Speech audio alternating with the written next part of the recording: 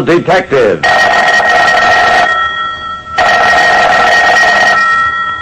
A murdered puppeteer, a missing marionette, and a play that was changed during performance. Those are the exhibits on this page from my casebook. The casebook of Jerry Browning, private detective. A private detective like me, Jerry Browning, is always afraid of an easy case. Generally, there are too many strings attached to it. The backstage of Martini's Marionette Theater was deserted, except for 7 cops, the coroner, 6 newspaper men, and a handful of photographers. I joined Lieutenant Dawson of the homicide squad alongside the body of the murdered man. Giuseppe Martini lay sprawled behind the wooden frame that served as a stage for his marionette performances. From his lifeless hands dangled several wooden strips with a mass of strings leading to a bunch of wooden dolls. Dawson turned to me. Jerry, for once we've got an easy case. Martini was rehearsing when he was shot. All we got to do is ask the watchman who was out front during the rehearsal, and we've got the killer. The watchman walked up to us. I don't know nothing, mister. I heard the shot, figured it was part of the show. Anyway, nobody was in the theater. My fingers played with the twisted cords wrapped around Martini's fingers. I began untangling them. Kept at it until I had all the cords straightened.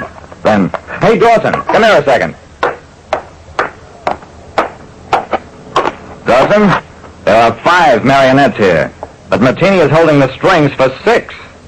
Before you find your missing murderer, I think you'll have to find a missing marionette. When I straightened the strings, entangling the body of a dead puppeteer, I discovered that 1 marionette was missing. Dawson, I think I'll try to find out something about marionettes.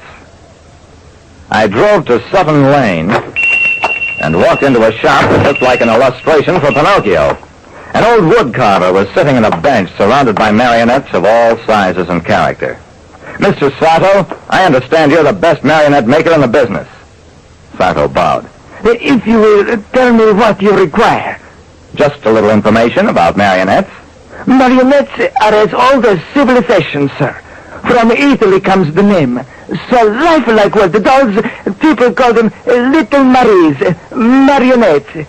Warming to his subject, the little man told me that the Italian marionette clown Punchinello was the great-grandfather of the English character Punch. After a while, I stopped the flow of words. Mr. Sato, I wonder if you could tell me who are the most outstanding marionette showmen in town. Sato wrote down 3 names. The name of Giuseppe Martini was not on the list.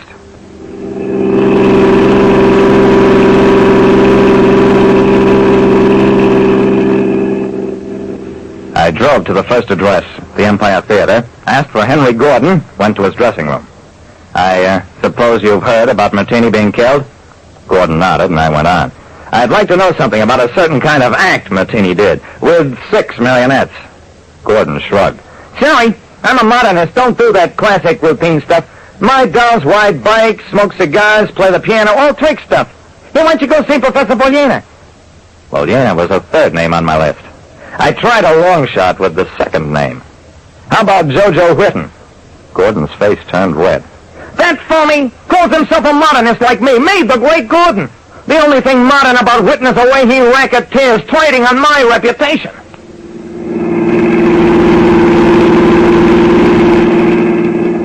I left Gordon still burning and headed for an interview with Jojo Whitten. I found him in a rooming house. Whitten's rage topped Gordon's. Gordon, what are that ham's doing stunts I've forgotten? I'm sorry, Mr. Browning. I know you're not interested in this kind of marionette showmanship. When it comes to that classical stuff, your man is Professor Bogliana, greatest showman of them all.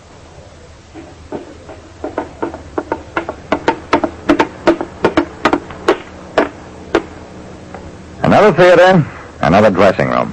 Professor Bogliana wasn't due until 7 o'clock, so I spent the next 40 minutes with a book, reading standard marionette comedies translated from Italian to English, and found the one Martini must have been rehearsing.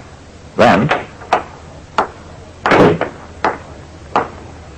Bogliana made a grand entrance, flung his arms wide. Ah, my friend, good evening, good evening. Gladly will I give you my autograph. I thanked him, mentioned that I'd heard he was an authority on classic marionette drama. Bolena struck a pose. All the world's a stage, Shakespeare.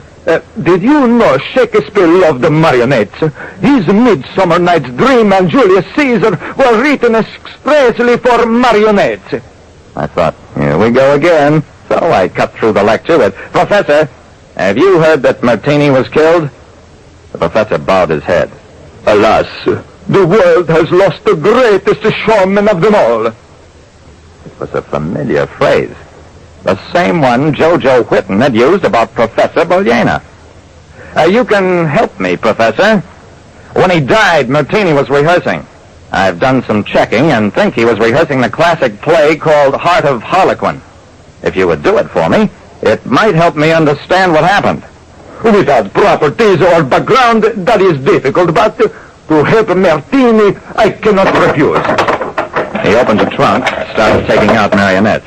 Here is a happy Harlequin, a pretty Colombine, the brave Captain, Punchinello, Scapir, and Silly Pantaloon. There were 6 marionettes. 5 exactly like those belonging to the dead Martini. The 6th, the one missing from Martini's collection, was Pantaloon. The professor arranged the strings and began to manipulate the dolls, speaking as Pantaloon. I, Pantaloon, can do everything. Eat, drink, sleep. The only fault I have is that I do not like work. I am not a thief. I am a clever mathematician who finds things before the masters lose them. I waited for Punchinello to beat up Pantaloon, but he never did. Finally, the performance ended with Pantaloon strutting off stage. How do you like it, Mr. Browning? I like it fine. Professor Bolena, you're under arrest for murder.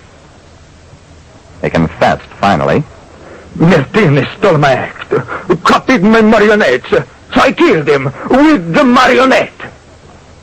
That's exactly what he'd done. Substituted a new head for Martini's Pantaloon and loaded it with a mechanism that would fire a bullet straight up at Martini just when Punchinello beat Pantaloon over the head. The explosion blew the marionette to bits.